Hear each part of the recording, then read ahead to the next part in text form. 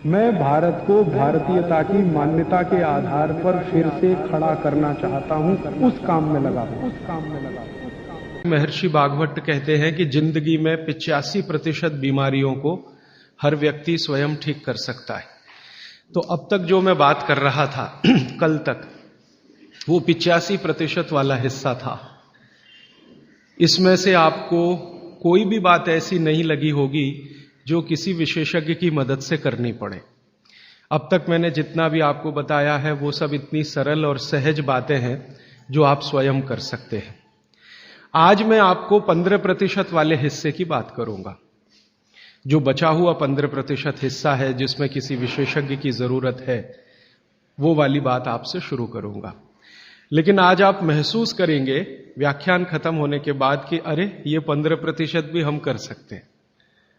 भागवत जी की यही खूबी है। वो ये मानते हैं कि दुनिया का हर व्यक्ति विशेषज्ञ हो सकता है, और वो ये भी एक जगह लिखते हैं कि मैं अकेला भागवत नहीं, मेरे बाद और भी हो सकते हैं। वो ये कहते हैं कि जो व्यक्ति भी अपने शरीर का सूक्ष्म अवलोकन कर सके, ऑब्जर्वेशन सूक्ष्म माइक्रो लेवल पे, वो सभी विशेषज्ञ हो सकते हैं। तो विशेषज्ञ चिकित्सा के स्तर पर आज मैं उनका एक अध्याय आपके सामने लेता हूं। ऐसे उन्होंने लगभग 40 से ज्यादा अध्याय लिखे हैं, उसमें से एक मैं शुरू करता हूं।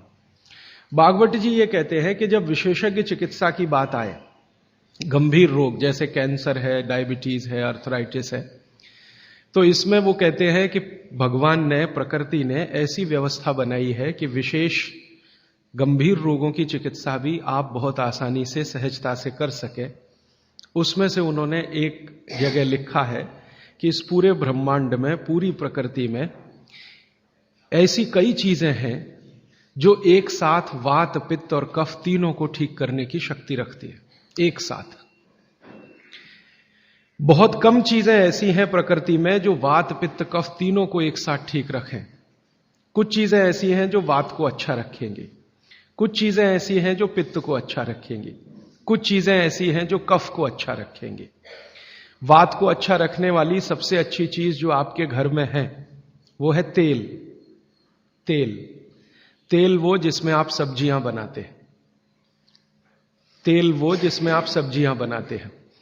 तो सबसे अच्छी चीज वो बोलते हैं कि तेल है, जो वात को हमेशा समभाव में रखता है, समानता में रखता है, वात को बढ़ने नहीं देता।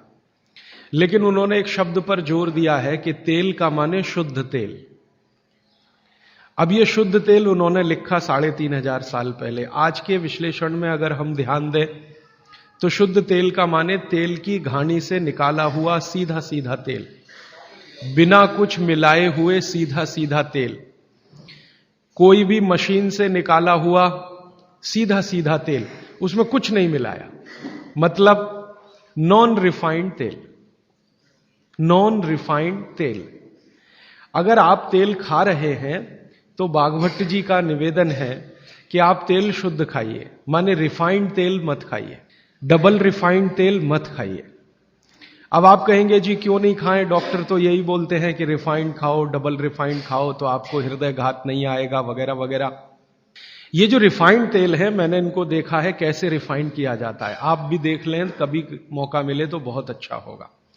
किसी भी तेल को रिफाइंड करने में 6 से 7 केमिकल इस्तेमाल होते हैं, और डबल रिफाइंड करने में 12 से 13 केमिकल इस्तेमाल होते हैं। वो सब केमिकल मनुष्य के द्वारा बनाए गए हैं प्रयोगशाला में। भगवान का बनाया हुआ एक भी केमिकल तेल को रिफाइंड नहीं कर सकता।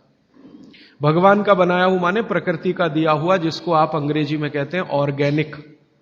ऑर्गेनिक एक भी केमिकल नहीं है जो तेल को साफ कर सके, एक भी केमिकल दुनिया में नहीं है।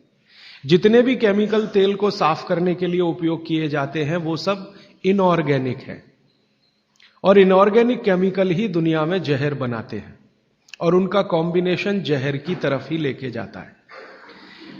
आज की दुनिया में मॉडर्निज्म के नाम पर, आधुनिकता के नाम पर जितने इनऑर्गेनिक केमिकल्स जगह जगह इस्तेमाल हो रहे हैं, वो सब आपको धीरे धीरे उस तरफ ले जा रहे हैं जहां आप जहर अपने ही शरीर में पैदा कर दें।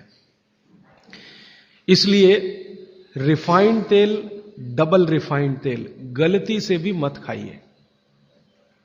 भागवत जी कहते हैं कि जिंदगी भर वात को ठीक रखना है, जिंदगी भर।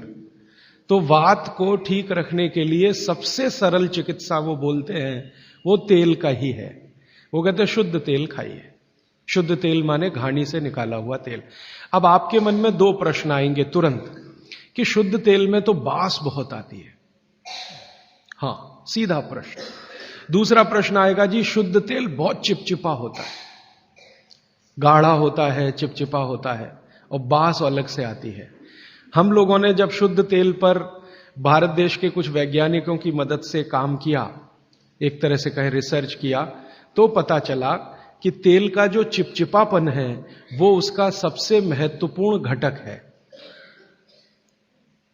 तेल में बहुत कुछ होता है, जैसे मैंने आपको पहले दिन बताया ना, मिट्टी में माइक्रोन्यूट्रिएंट्स हैं, कैल्शियम है, आयरन है, सिलिकॉन है, कोबाल्ट है, ऐसे तेल में भी है, हर चीज में है। तो तेल का जो सबसे महत्वपूर्ण हिस्सा है वो उसका चिपचिपापन ही है। और जैसे ही तेल में से ये चिपचिपापन निकाला तो पता चला वो तेल ही नहीं बचा। तेल जिस चीज के लिए खाया जाता है वो बचा ही नहीं, वो हिस्सा ही गायब हो गया। फिर हमने देखा कि तेल में जो बास आ रही है, बास, वो उसका प्रोटीन कंटेंट है। तेल में प्रोटीन बहुत है। जैसे आपने सुना है दालों में प्रोटीन होता है, दालों में प्रोटीन सबसे ज्यादा है, भगवान का, ईश्वर का दिया हुआ। दालों के बाद दूसरे नंबर पर जो प्रोटीन सबसे ज्यादा है वो तेलों में है। तो आप जो तेल में देख रहे हैं कि उसकी बास है, वो बास जो है ना, उसका ऑर्गेनिक कंटेंट है प्रोटीन के लिए। 4-5 तरह के प्रोटीन है सभी तेलों में। आप जैसे ही तेल की बास निकालेंगे उसका प्रोटीन वाला घटक गायब हो जाता है। अब बास निकाल दिया तो प्रोटीन निकल गया, और चिपचिपापन निकाल दिया तो उसका जो फैटी एसिड है वो गायब। अब ये दोनों ही चीजें गायब हो गई तो तेल नहीं रहा, वो पानी है एक तरह से। इसलिए भागवत जी ने सूत्र लिखा कि जिंदगी भर वात की चिकित्सा अगर आपको करनी पड़ जाए तो बेहतर है कि आप शुद्ध तेल खाएं तो वात की चिकित्सा ही ना करनी पड़े। और मैंने आपको सबसे पहले दिन बताया था कि दुनिया में सबसे ज्यादा रोग वात के ही हैं, सबसे ज्यादा रोग। ये घुटने दुखना से लेकर कमर दुखना, हड्डियों में दर्द, ये वात के तो रोग है ही। सबसे खतरनाक वात का रोग है हार्ट अटैक, हृदयघात। सबसे खतरनाक बात का रोग है पैरालिसिस। सबसे खतरनाक बात का रोग है ब्रेन का डैमेज हो जाना। तो ये खराब से खराब जो रोग आपकी जिंदगी में है, इनमें वात के खत्म हो जाने की या वात के पूरी तरह से बिगड़ जाने की भूमिका सबसे बड़ी है।